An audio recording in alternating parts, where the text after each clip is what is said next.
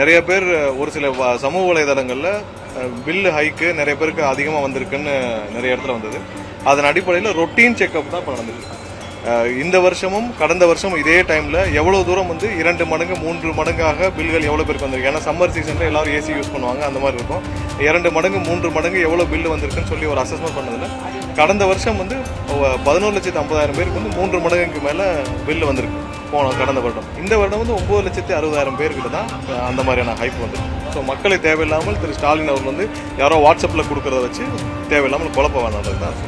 இல்லை 9,50,000 பேருக்கு வந்து இது மாதிரியான 3 மடங்கு வந்திருக்கு. அது போன வருஷத்தை விட 2 லட்சம் கம்மி. அதில் 3,70,000 பேருக்கு நம்ம வந்து இப்போ ரொட்டீன் செக்அப் நம்ம பண்ணிட்டு இருக்கோம்.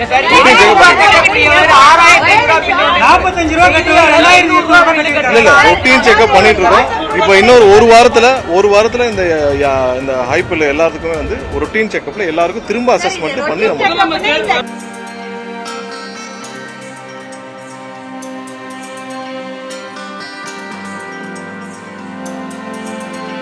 அனைவருக்கும் வணக்கம்.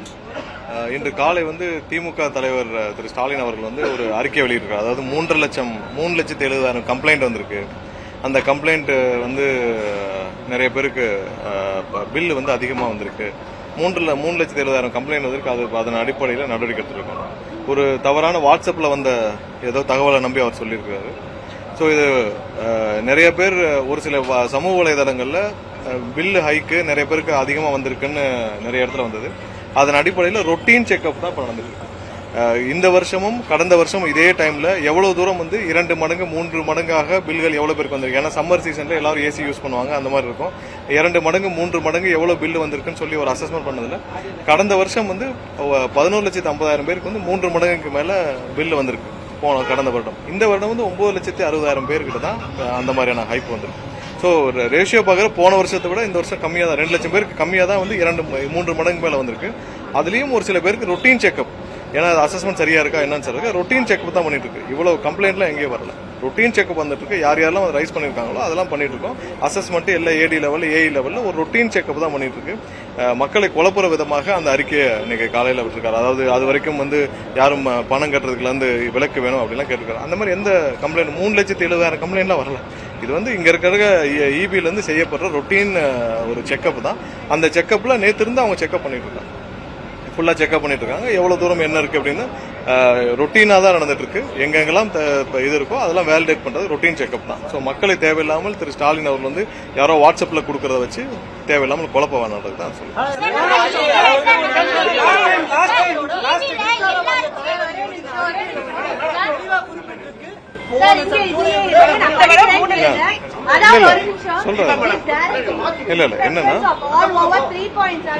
என்னன்னா நான் சொல்றேன் உங்களுக்கு மொத்தம் எடுத்ததுல போன வருஷம் 11,50,000 பேருக்கு வந்து 11,50,000 இல்ல நான் விளக்க சொல்றேன். 11,50,000 பேருக்கான இது வந்து 2 மடங்கு 3 மடங்கு பில்லு வந்திருக்கு. இந்த வருஷம் 9,60,000 பேருக்கு வந்து 2 மடங்கு 3 மடங்கு மேல பில்லு வந்திருக்கு. சோ அதுல ஒரு சில பேர்களுக்கு எடுத்து நம்ம ரொட்டீன் செக்அப் தான் பண்ணிட்டு இருக்கோமா தவிர்த்து ரொட்டீன் செக்அப்கான உள்ள அறிக்கை, அந்த ரொட்டீன் செக்அப்புக்கு பண்ண அறிக்கை தான். இதுல எந்த கம்ப்ளைண்டும் வரல. 3,70,000 பேர் கம்ப்ளைண்ட்லாம் பண்ணல. நம்ம வந்து இல்ல இல்ல நாங்க தான் சொல்றோம். நான் தான் சொல்றேன் விளக்கம் பண்ண இருங்க. 3.7 lakhs மட்டும் இல்ல, சொல்றேன் 3.7 lakhs 70 lakhs மட்டும் இல்ல, 9 lakhs நான் சொல்றேன் 9 லட்சத்து இல்ல 9,50,000 பேருக்கு வந்து இது மாதிரியான 3 மடங்கு வந்திருக்கு. அது போன வருஷத்தை விட 2 லட்சம் கம்மி. அதுல 3,70,000 பேருக்கு நம்ம வந்து இப்ப ரொட்டீன் செக்அப் நம்ம பண்ணிட்டு இருக்கோம்.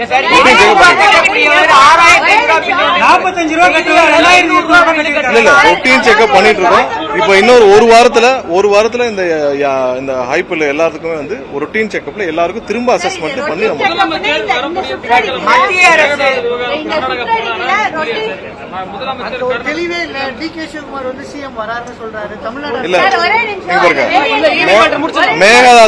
மேகதாது விஷயத்துல நம்ம ரொம்ப தெளிவா இருக்கோம். நேற்று கூட வந்து அதிமுக தரப்புல தேவையில்லாமல் வந்து ஒரு இதை வந்து ஒரு ரிட்டர்னை ஃபைல் பண்ணிருக்காங்க. அதுவும் திரு அக்ரி கிருஷ்ணமூர்த்தி அவர் தெரிஞ்சு ஃபைல் பண்றதா தெரியாம ஃபைல் பண்றான்னு தெரியல. ஏன்னா சட்டசபையில அவங்க எல்லாம் இருந்தப்பதான் அந்த தீர்மானம் நிறைவேற்றப்படுச்சு. தீர்மானம் நிறைவேற்றப்ப அவங்க எல்லாம் அவங்களுடைய அனைத்து எம்எல்ஏக்களும் அங்கே உட்கார்ந்து அவங்க இருக்கிறப்பதான் அந்த தீர்மானம் நிறைவேற்றப்பட்டுச்சு. தேவையில்லாமல் மக்களை குழப்பும் விதமாக மக்களுக்கு தமிழக மக்களுக்கு எதிராக ஒரு இதை வந்து அவங்க ஃபைல் பண்ணிருக்காங்க உயர்நீதிமன்றத்தில். இன்டர்ஸ்டேட் இஷ்யூல எப்படி இவங்க உயர்நீதிமன்றத்தில் ஃபைல் பண்ண முடியும்னு தெரியல. அது இதுல சட்டசபையில் நிறைவேற்றப்பட்ட ஒரு தீர்மானத்திற்கு அவங்களும் சேர்ந்து ஒருமனதாக நிறைவேற்றப்பட்ட ஒரு தீர்மானத்திற்கு இப்ப போயிட்டு இவ்வளவு நாள் கழிச்சு போய் உயர்நீதிமன்றத்தில் வழக்கு தொடுத்திருக்காங்க. அது என்ன இன்ட்ரெஸ்ட் தெரியல. தமிழக மக்களுக்கு எதிராக பண்ணணும்னு நினைச்சு அதிமுக கலந்து பண்றாங்களா என்னன்னு தெரியல. இந்த விவகாரத்தில் கண்டிப்பாக முதல்வர் வந்து அனைத்து தரப்பு மக்களையும் ஆலோசிச்சுட்டு வராங்க. கண்டிப்பா விரைவில் வந்து இதற்கான முடிவுகள் என்னென்ன, லீகல் ஸ்டாண்ட்ல என்ன பண்ண போறோம், மற்ற விஷயங்கள் என்ன பண்ணுவோம் தெரியும். இது ரெண்டு மாநில பிரச்சனைக்கு நம்ம வந்து உச்சநீதிமன்றம் மூலமாக தீர்வு. ஏற்கனவே நமக்கு வந்து ட்ரிபுனல் நமக்கு இருந்தது. அது பழைய தீர்ப்போட அது வந்து ட்ரிபுனல் கான்ஸ்டிடியூஷன் இல்ல. திரும்ப ட்ரிபுனல் இருந்தால் ஒரு தீர்வு கிடைக்கும். நமக்கு உச்சநீதிமன்றத்தை அணுக முடியும்.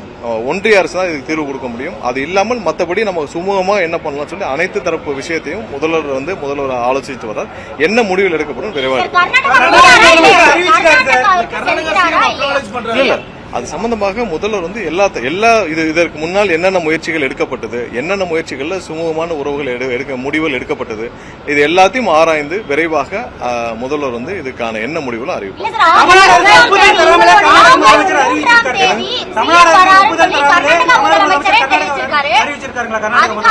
இல்ல ஆய்வுகள் எல்லா தரப்புலையும் நடக்கப்பட்டது.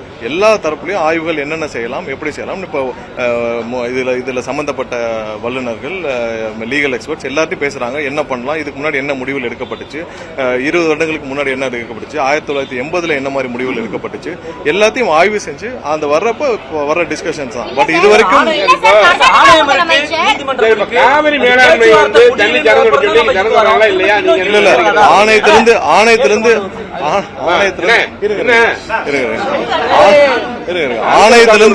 ஆணையத்திலிருந்து கொடுக்கப்படும் விஷயங்கள் இப்ப 3000 ஆணையத்திலிருந்து இவ்வளவு கண்ணாடிகள் நீங்க திறக்கணும்னு சொன்னாலே கர்நாடகா ஒத்துக்கொள்ள மாட்டேன்றாங்க. சோ அப்ப நம்ம அதுக்கு தகுந்த அடுத்த விஷயத்தை நம்ம பார்க்கணும். நம்ம திரும்ப வந்து உச்சநீதிமன்றத்தை நாட வேண்டும். ஒரு வகையில லீகல்ல நமக்கு வந்து உச்சநீதிமன்றம் மூலமாக நமக்கு வந்து தேவையான நீரை பெற வேண்டும். அடுத்து இதை சரியாக முறையாக செய்து கொடுக்க ஒன்றிய அரசு செய்ய வேண்டும். அவங்களுடைய ஒன்றிய அரசுடைய அமைச்சரை வந்து தவறாக தமிழக மக்களுக்கு எதிராக பேசிட்டு வர்றார். அவருக்கே வந்து கடைசியாக இறுதி தீர்ப்பு உச்சநீதிமன்றத்தில் இறுதி தீர்ப்புல கீழ்மலை மாநிலங்களுக்கு நீங்க அவங்களை கேட்காமல் ஒரு சின்ன ஒரு 0.01 TMC கூட வெளியில போகக்கூடாது. அதையே புரியாமல் வந்து பாஜகவுடைய அமைச்சரே பேசிட்டு வராரு. அவரே தமிழக மக்களுக்கு எதிராக பேசிட்டு வராரு. அதை கூட கண்டிக்கிறதுக்கு இங்க யாருக்குமே உரிமை இல்லை. யாருமே வந்து இங்க இருக்க எதிர்கட்சிகளை யாரும் வந்து அதை கூட கண்டிக்க மாட்டேங்கிறாங்க. இங்க இருக்க பாரதிய ஜனதா கட்சியும் கண்டிக்க மாட்டேங்குது, வேற யாரும் கண்டிக்க மாட்டேங்கிறாங்க. கண்டிப்பா இது வந்து லீகலா நம்ம வந்து உச்சநீதிமன்றத்தில் தேவையான அளவுக்கு நம்ம என்ன பண்ணணுமோ நம்ம செய்வோம். சீக்கிரம் முதல்வர் அலுவலகத்தில்